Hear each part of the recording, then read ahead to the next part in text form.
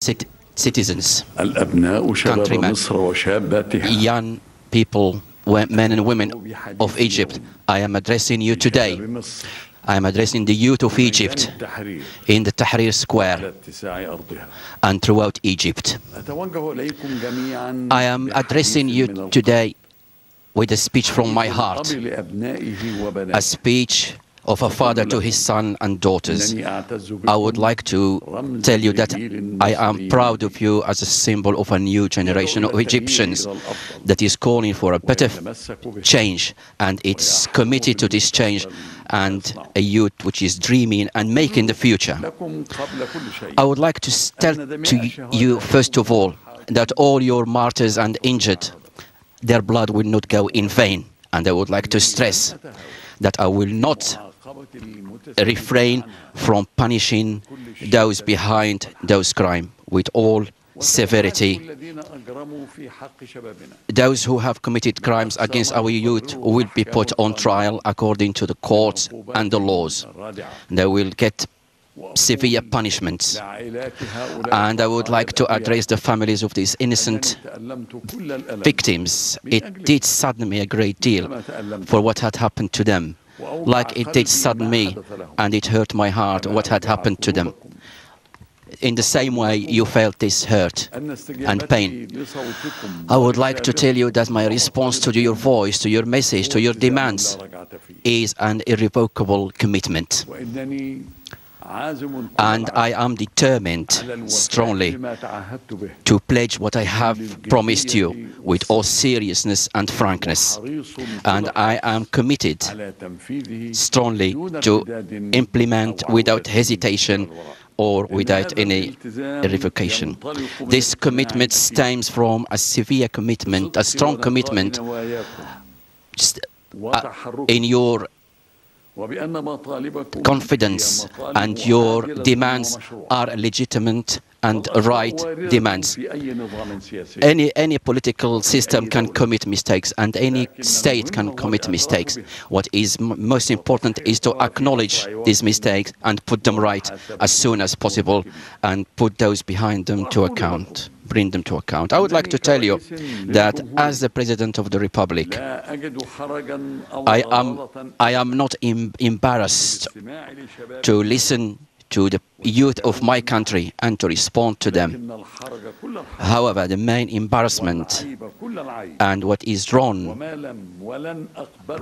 and thing that I will not accept ever is to listen to diktats coming from abroad, or whichever it is coming from, and for whatever reason or pretexts or excuses. Youth of Egypt, sons of Egypt, brother citizens, I have expressed with all clarity my intention not to stand for the forthcoming elections. It suffices me what I have actually deployed of effort to this country for more than 60 years during days of peace and war. I express my commitment to this, and I express a similar pledge and commitment to carry on doing my responsibility to protect the Constitution, the interests of the people, until a transfer of power and responsibility is handed to whoever is elected by the electorate next September in fair and free elections that will be guaranteed with transparency and freedom. This is the pledge that I've made before God and the nation. And I will protect this pledge until together we take Egypt to the safety, to the shore of safety. I have expressed plans to get out of this crisis and also to implement the demands of the people within the constitutional legitimacy, and in a way that will achieve stability of our society, the demand of its sons, and also at the same time put forward a framework agreed for a peaceful transfer of power through a responsible dialogue amongst all the forces of society and with all with the most degree of frankness and transparency. I put forward this vision,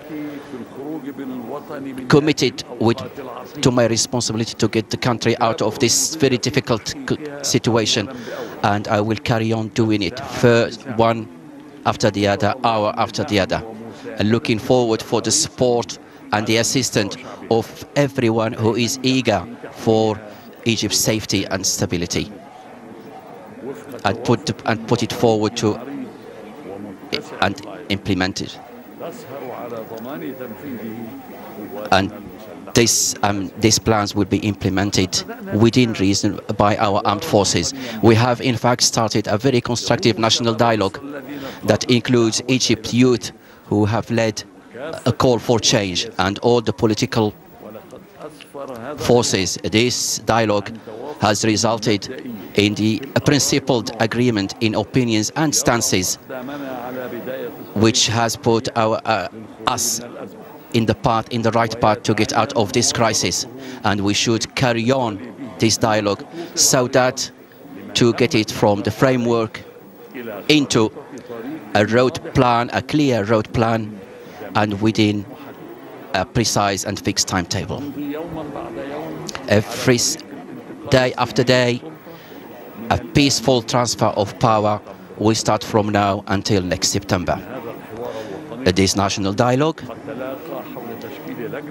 has met over the formation of a constitutional commission which look into the required constitutional amendments and ad hoc legislative amendments. It has also agreed for the formation of a commission which will follow up, a sincere follow-up for what I have pledged before the people. I was eager that the formation of both commissions should be made up from Egyptian personalities worthy of who have experience and trust, composed of judges and legal experts. And on top of this, the number of martyrs that we have lost from the sons of Egypt during this sad event has actually hurt our hearts. I have immediately expressed my instructed people last week to carry out an inquiry, and whose result should be put forward to the Prosecutor General so that he can take the legal necessary measures. Yesterday I received the first report regarding the priority constitutional amendments as proposed by the commission that I have set up, composed of the judiciary and the legal expert, to study legal and constitutional amendments as required. And in response to the outcome of the Commission's report, and in accordance to the powers entrusted to the President of the Republic according to Clause 168 from the Constitution, I have asked for the amendment of 6 clauses, constitutional clauses, which are 67, 77 articles, 88 article, 93 and 189, in addition to the cancellation of 178 article. This is stressing at the same time that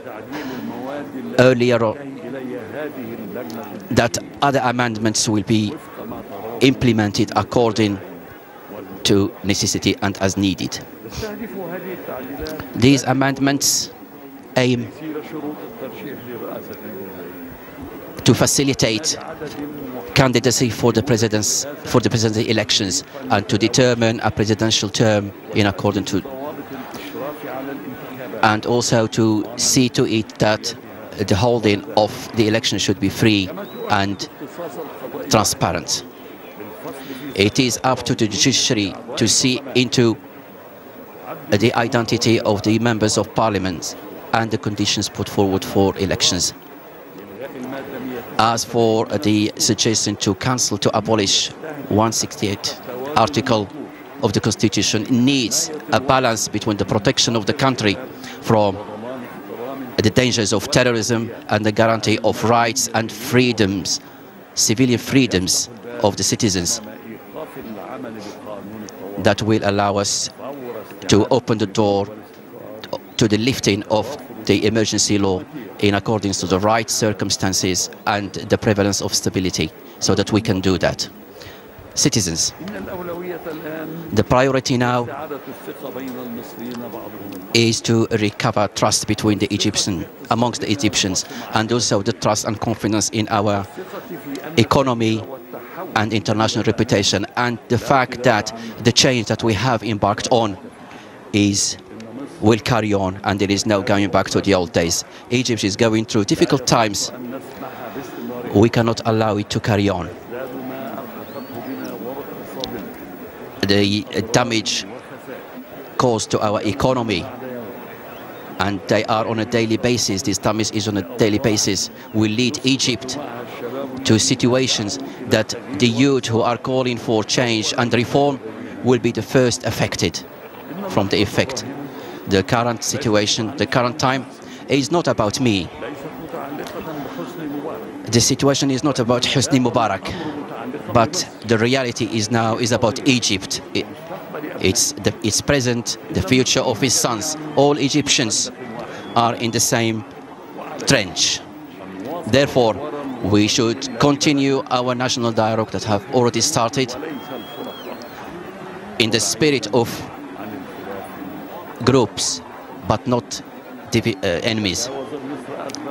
For Egypt to get over this situation and for us to recover the confidence in our economy and give the citizens stability and peace, and so that life can return to normal in the street. Like the youth of Egypt today, I was a young man as well when I joined the military and when I pledged loyalty to the nation and sacrifice to the nation. I spent my life defending Egypt's land and sovereignty. I saw its wars, its defeats and victories. I lived days of occupation and frustration and days of victories and liberation. Those were the best days. The best day of my life was when I raised the flag of Egypt over the Sinai,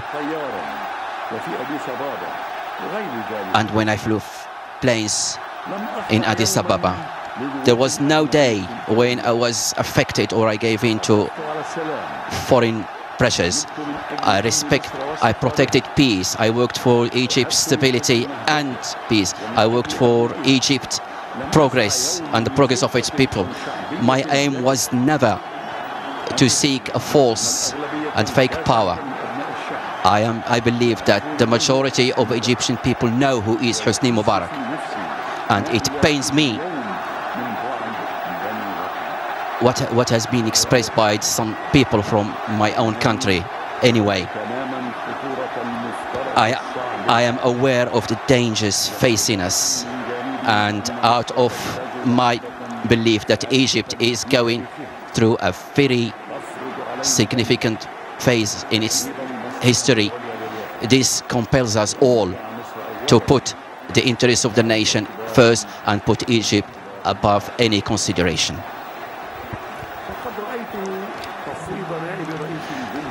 I thought to transfer powers of the president to the vice president according to the constitution. I am very well aware that Egypt will come through this crisis. The will of its people will not be broken. It will stand on its feet again with the confidence and the loyalty and the frankness of its people. It will answer back against the enemies and will fight them off. We will prove, as Egyptians, our ability to achieve the demands of the people through a civilized and conscientious dialogue. We will prove that we are not followers of others. We do not take instructions from others, and nobody can make or decide our deeds except the demands of the people and the call of the street. We will prove this through the spirit and the determination of the Egyptians and the unity and of these people, and Egypt's pride and its unique, significant and eternal dignity. It has been here for more than 7,000 years. This spirit will live in us as long as Egypt and its people. This spirit will live in us as long as Egypt and its people live. Everybody, workers, farmers, intellectuals, will have this spirit. This spirit will remain in the hearts of our elderly youth, our Muslims, Copts, and even in the minds of those who have not been born yet. Once again, I would like to say that I lived for the sake of this nation, to protect its responsibility and place. Egypt will prevail above anybody and everybody. Egypt will prevail until I hand over its flag and my pledge. It is the responsibility, the beginning of life and the end of life and the path. Egypt will remain a dear country. We will not leave me, or I will not leave it until I die on its soil. It will remain a dignified people throughout history, with its head high and its flag floating with pride. May God protect Egypt, a safe and secure country, and may God help its people and help them in His power. God's peace be upon you.